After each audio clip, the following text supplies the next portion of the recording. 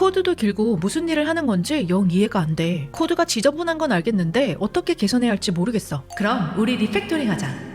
이번 리팩토링 강의에서는요, 코드를 깨끗하게 만드는 모든 기법들에 대해서 알아봅니다. 지난 클린코드 영상에서 다룬 dry, kiss, 야근이, 그리고 CCDC 외에도 클린코드를 위한 다양한 테크닉을 조금 더 체계적으로 저와 함께 배우실 수 있습니다. 좋은 변수와 함수를 만드는 로우 레벨 테크닉부터 시작해서 클래스와 모듈화, 객체 지향 프로그래밍까지 조금 더 하이 레벨의 테크닉도 알아가실 수 있어요. 왜 리팩토링을 배워야 하는 걸까요? 첫 번째, 나쁜 코드의 냄새를 맡을 수 있어요. 이번 강의가 끝나면 코드를 보면서 이 코드는 나쁜데 이렇게 쓰면 이런 문제점이 있는데 문제 파악이 가능하고요. 두 번째, 나쁜 코드에서 파악한 문제를 리팩토링 기법으로 해결이 가능합니다. 세 번째는요, 처음부터 깨끗한 코드로 작성해 나갈 수 있어요. 처음부터 깨끗한 코드를 작성하는 좋은 습관을 가질 수 있습니다. 냄새나는 더러운 코드를 리팩토링을 통해서 재사용이 가능한 깨끗한 코드로 만들어 볼 수 있어요. 이번 리팩토링 강의는요, 리팩토링 2판 책과 함께 진행해 볼 텐데요. 책만으로 혼자서 공부하려니 지루하고 어려우신 분들, 어떤 걸 중요한 포인트로 잡아야 할지 모르겠다면, 책을 다 읽었는데 완벽하게 내 걸로 소화가 되지 않았다면, 책의 예제가 100% 좋은 방법인지 엘리가 어떻게 더 개선해 나가는지 궁금하시다면, 눈으로만 보는 게 아니라 챌린지를 통해서 리팩토링을 직접 저와 함께 연습하고 싶다면,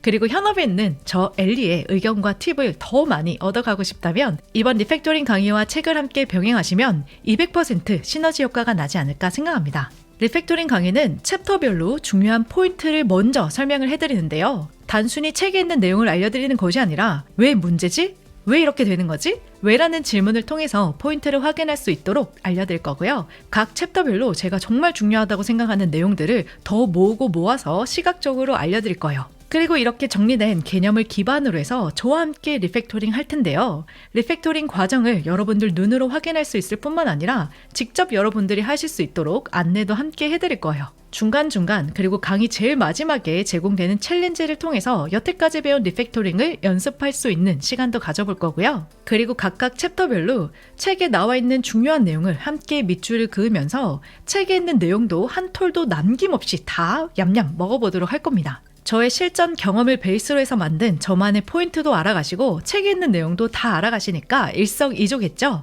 이번 강의에서 제공되는 교환책, 저는 진도표라고 부르는데요. 언제까지 이번 챕터 강의를 들을 건지, 언제까지 이 챌린지를 완성할 건지 목표를 세우고 나만의 속도로 강의를 차근차근 따라오실 수 있어요. 누가 들으면 좋을까요? 깨끗한 코드를 원하시는 당신이라면 언제든 환영입니다. 리팩토링 1판 책은 자바 언어로 예제가 구성되어져 있고요. 2판은 자바스크립트로 만들어져 있습니다. 그 말은 여기서 다루는 모든 리팩토링 테크닉은 특정한 언어와 상관없이 어떤 곳에서도 적용이 가능한 프로그래밍 작성법, 개선법이라고 생각할 수 있는데요.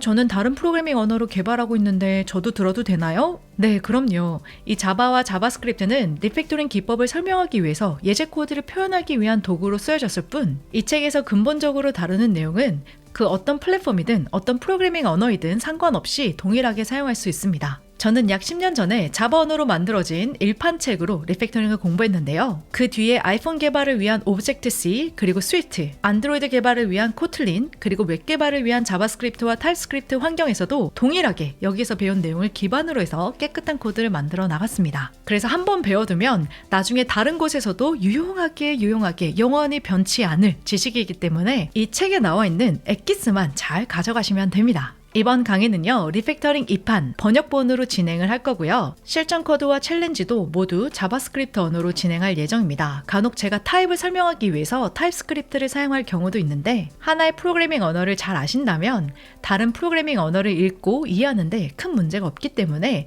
충분히 강의를 따라오실 수 있고요. 책도 충분히 읽을 수 있습니다. 이 책과 강의는 어떤 레벨에 있든지 상관없이 누구나 들을 수 있는데요. 이제 막 프로그래밍 언어 하나를 마스터한 코린이시라면 이 강의를 나쁜 코드와 좋은 코드의 차이점은 무엇인지 개념 확인용으로 들어보시면 좋을 것 같고요. 소수의 프로젝트 경험이 있으신 우리 주니어 분들이시라면 왜 나쁜 코드인지 정리를 한번 해보시고요. 또 제가 중간중간에 드리는 챌린지도 함께 도전해서 진행해보면 좋을 것 같습니다. 그리고 다수의 현업 프로젝트 경험이 있으신 클린 코드에 목마른 시니어 분들이시라면 내가 놓치고 있었던 포인트들이 무엇인지 정리용으로 들어보시면 좋을 것 같고요. 챕터 6 전에 제가 전체 프로젝트를 공유해드리면 처음부터 코드를 보면서 여기가 나쁜데 이걸 이렇게 개선해보면 좋지 않을까라고 직접 개선해보시면서 강의를 들으시면 200% 효율적으로 들을 수 있을 것 같습니다. 그리고 이 리팩토링은 한 번만 듣고 끝내는 것이 아니라 내 레벨이 바뀌거나 경력, 경험이 쌓일수록 이 책을, 이 강의를 다시 보시면 내가 더 얻어가는 것이, 와닿는 것이 달라지는 걸 느끼실 거예요.